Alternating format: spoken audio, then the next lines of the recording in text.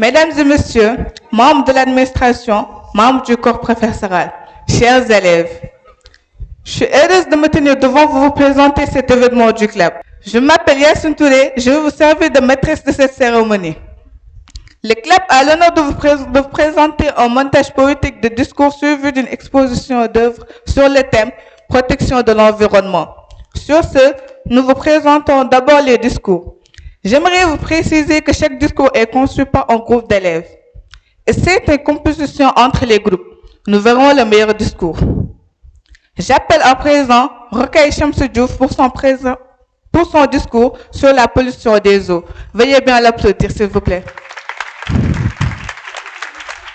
Bonjour, chers Biliennes, Biliens, et bonjour à l'administration scolaire. Je m'appelle Rokhaya Shamsu Diouf. Je suis membre du club dénommé CLAP, Club de littérature, d'art et de philosophie. Mon discours porte sur la pollution des eaux. L'eau, or bleu, cette ressource précieuse, indispensable à chaque battement de notre cœur, fut autrefois le miroir pur du ciel et des montagnes. Jadis, les fleuves chantaient dans les vallées et les océans regorgeaient de mystères intacts. Mais le temps de l'insouciance a laissé place à une réalité brutale. Nous avons transformé les courants en autoroutes de déchets, jetant sans compter des poisons chimiques et des montagnes de plastique dans ces veines qui nourrissent la planète. Ce qui était un sanctuaire de vie est devenu, par notre faute, un mélange toxique où la nature étouffe en silence. La Terre ne peut plus digérer la violence de nos rejets. La pollution marine n'est plus seulement une question de paysage abîmé. C'est une menace directe sur notre santé et sur l'avenir de toutes les espèces. Ce qui nous laisse entendre que la société humaine se retrouve désormais confrontée à des défis majeurs. Le plus alarmant de tout ça est le fait que l'homme, en refusant de front à ces vérités étonnantes, a fini par mettre en danger l'humanité entière.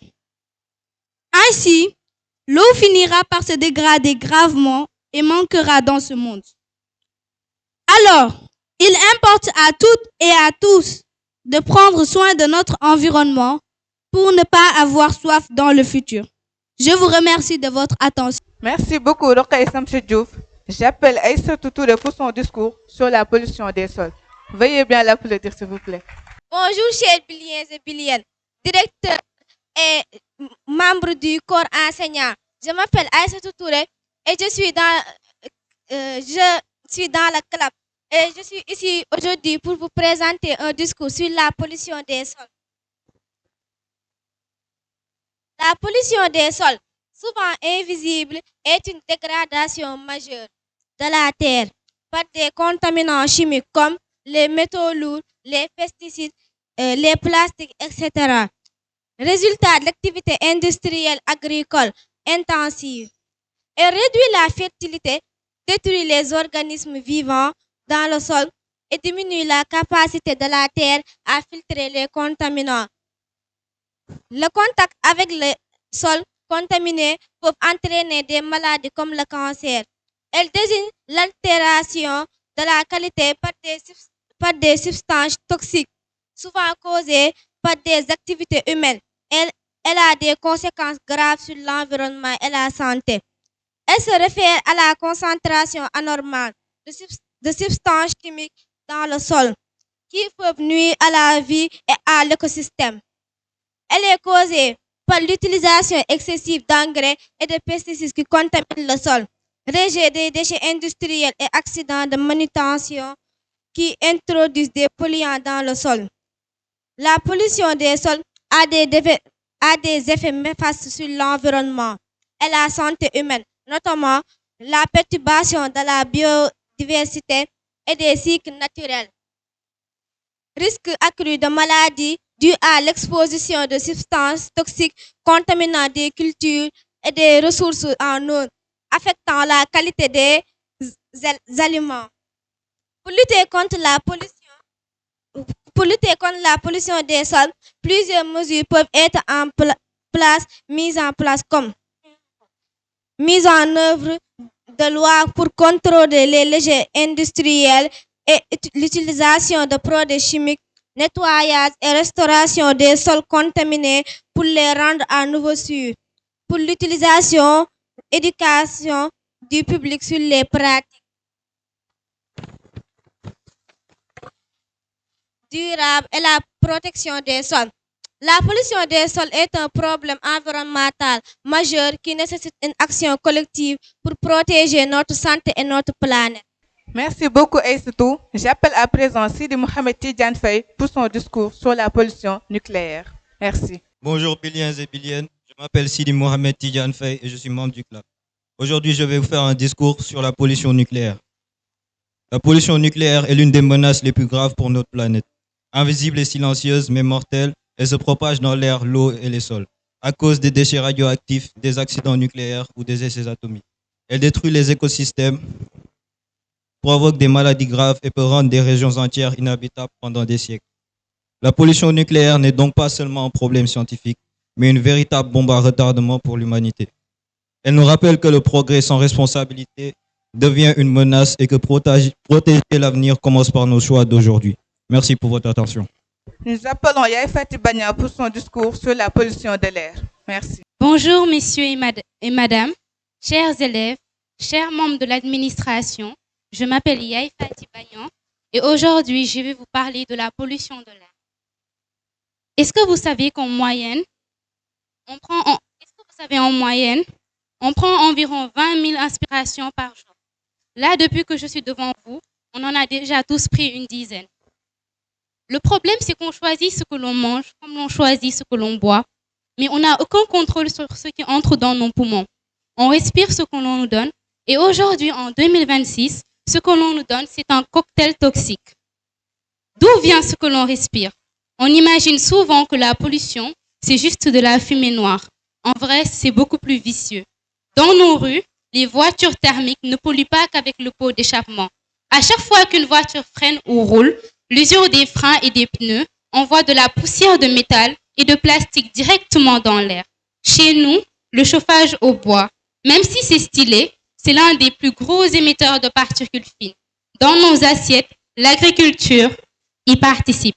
L'utilisation d'engrais et l'élevage rejettent de l'ammoniac qui finit par se transformer en particules secondaires dans l'air qu'on respire. Pourquoi c'est grave? Pourquoi je vous raconte ça? Parce qu'en 2026, la pollution de l'air a déjà tué 8 millions de personnes par an dans le monde.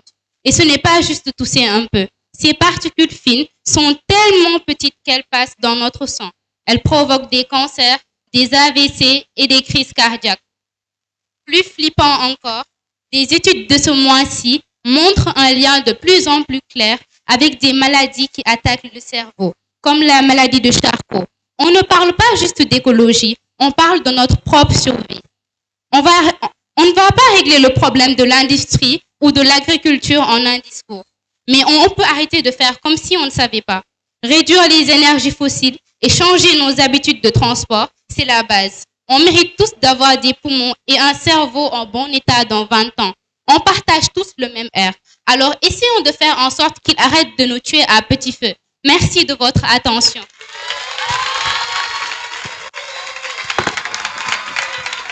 Merci beaucoup, Yaye Fati. Nous avons écouté ces différents discours et j'espère que nous avons bien pris note. En attendant la délibération du meilleur discours, nous allons continuer les présentations. J'appelle Khadija Diallo à venir vous présenter son œuvre d'art.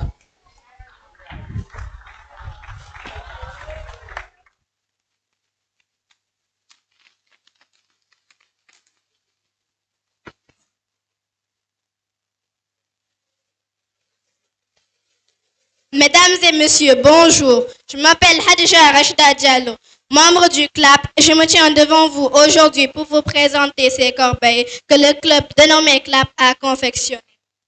Comme nous le savons tous, une corbeille est un récipient utilisé pour jeter les ordures. On les trouve un peu partout, comme les maisons, les bureaux, les écoles et les lieux publics.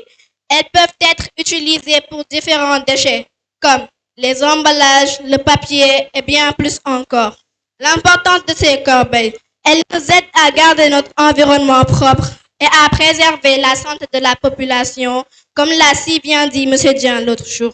Il y a aussi une manière de les utiliser, en s'assurant de mettre les déchets pas à côté mais dans la corbeille et à la déverser une fois pleine dans une poubelle afin que le camion qui s'en charge puisse passer les ramasser. Merci de votre attention.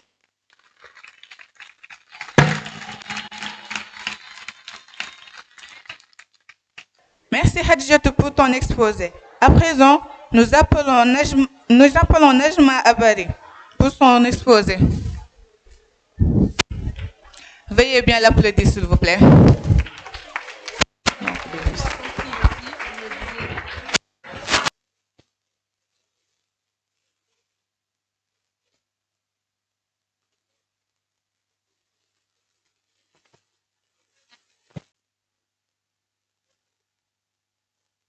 Bonjour chers Biliens et Biliennes. Je suis nommée Nejma Abari d'Ambouzoua. Je suis membre du club CLAP dénommé CLAP. Et je suis ici aujourd'hui pour vous présenter nos fours. Les voici. Ils sont composés d'une partie là où on doit mettre la marmite, le récipient ou bien une grille pour griller quelque chose comme la viande, le poulet, le poisson, des crevettes, etc. Nous avons créé ce four à partir de ciment et de plâtre, mais qui peut aussi être fait à partir d'argile. Pour ne pas asphyxier la personne qui cuisine, on a fait un trou échappatoire pour laisser la fumée s'échapper. Nous avons également fait un trou pour pouvoir mettre le bois et un trou pour pouvoir ventiler le feu. Je vous remercie pour votre sacrée attention.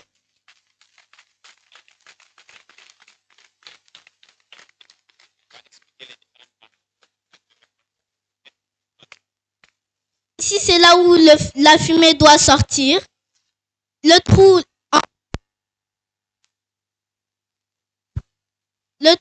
en haut, c'est là où on doit mettre la marmite. De ce côté, c'est là où on doit ventiler le feu. Et ici, c'est là où on doit placer le bois. On peut aussi poser une grille ici pour pouvoir griller quelque chose. Merci beaucoup, Nejma. Pour clôturer cette présentation, j'invite Fatima Pendambeng à vous présenter sa leçon de synthèse en guise de conclusion. Messieurs les professeurs, membres de l'administration, chers élèves, bonsoir. À l'entame de mes propos, permettez-moi de vous dire combien je suis honorée de parler devant cette assemblée d'un sujet très important. Je tiens à remercier mes prédécesseurs pour leurs brillants exposés. Ce thème débattu dans tous les pays du monde semble tomber dans l'oreille d'un sourd. La situation est d'autant plus grave qu'au-delà de la dégradation de l'environnement, c'est nos comportements qui se dégradent au quotidien. Au quotidien, nous souillons notre environnement sans souci et partout, dans les maisons, dans les rues et les quartiers, dans les lieux de travail, à l'école et même dans les hôpitaux. La situation est alarmante. À cela s'ajoute l'exploitation abusive de nos ressources naturelles. Les mers sont vidées, les forêts sont mises à terre, le sous-sol est dépouillé. Mesdames et messieurs, notre planète est malade. Cette présentation du CLAP est un rappel de la situation dramatique de notre planète, rappel des maux qui détériorent peu à peu l'équilibre de la planète, rappel de la menace qui pèse sur la survie de l'espèce humaine, rappel de toutes les causes qui ont conduit à ce niveau d'alerte. Cette présentation du CLAP est un appel à la prise de conscience, appel au changement de comportement, appel à l'action, appel de détresse. Nous avons présenté des corbeilles, symboles de l'hygiène, de la propreté et de l'assainissement pour appeler tout le monde à prendre conscience des conséquences de nos actes irréfléchis qui contribuent à la pollution et à la dégradation de notre environnement. Elle constitue aussi un appel au recyclage et à la prise en charge des déchets plastiques. Les fours nous parlent de la gestion des ressources naturelles. Ils nous rappellent la nécessité de les gérer et de développer des techniques d'économie et d'agir en responsable. Chers camarades, Biliens et Biliennes, notre école n'est pas exempte de tout reproche en termes de propreté. Dans la cour de l'école, dans les salles de classe, dans les toilettes, l'insalubrité y règne en maître. Nous avons le devoir, l'obligation d'y remédier.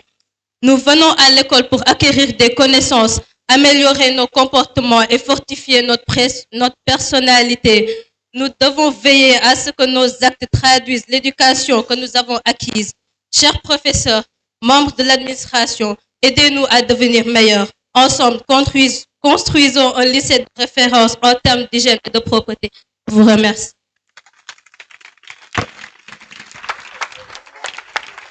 Merci beaucoup, Penda. Mesdames et messieurs, voici ce que le club avait à vous présenter aujourd'hui. D'emblée, je souhaiterais que vous applaudissiez très très fort ces jeunes gens du lycée B. Très très fort, jeunes gens.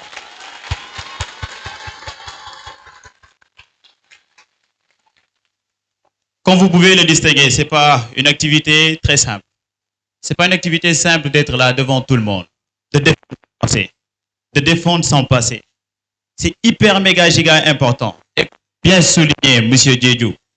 Il y a des gens qui se sont formés à travers ces clubs. Donc, pour vous montrer l'importance que ces clubs jouent. Et comme le dit-on, et il a dit, donc l'éducation est la pierre fondatrice de la nation. Et elle est avec la formation, l'élément et le biais par excellence de l'affirmation du citoyen et de la préparation d'une main-d'œuvre de qualité. C'est hyper important, jeunes gens. Et aujourd'hui, vraiment, nous avons été ébahis par les jeunes gens qui ont eu à présenter, qui ont eu à défendre donc leurs idées. La 5e place. Selon vous, est-ce une fille ou bien est-ce un garçon?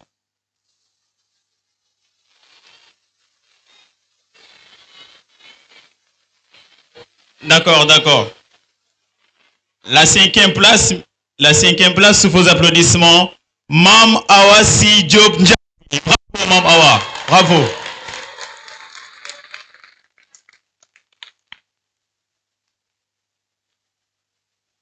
Maintenant, nous allons passer à la 4e place. Une fille ou un garçon? D'accord. 4e place, Aïssatou Touré, messieurs, dames, sous vos applaudissements.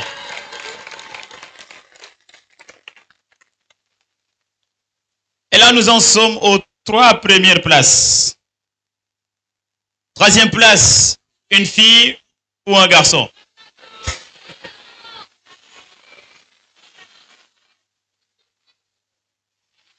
Troisième place, Sidi Mohamed Tidjane.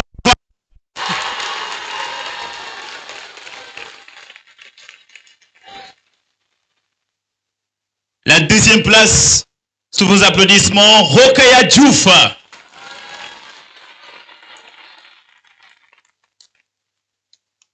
Et la première place, je pense que vous le savez, elle nous a subjugués.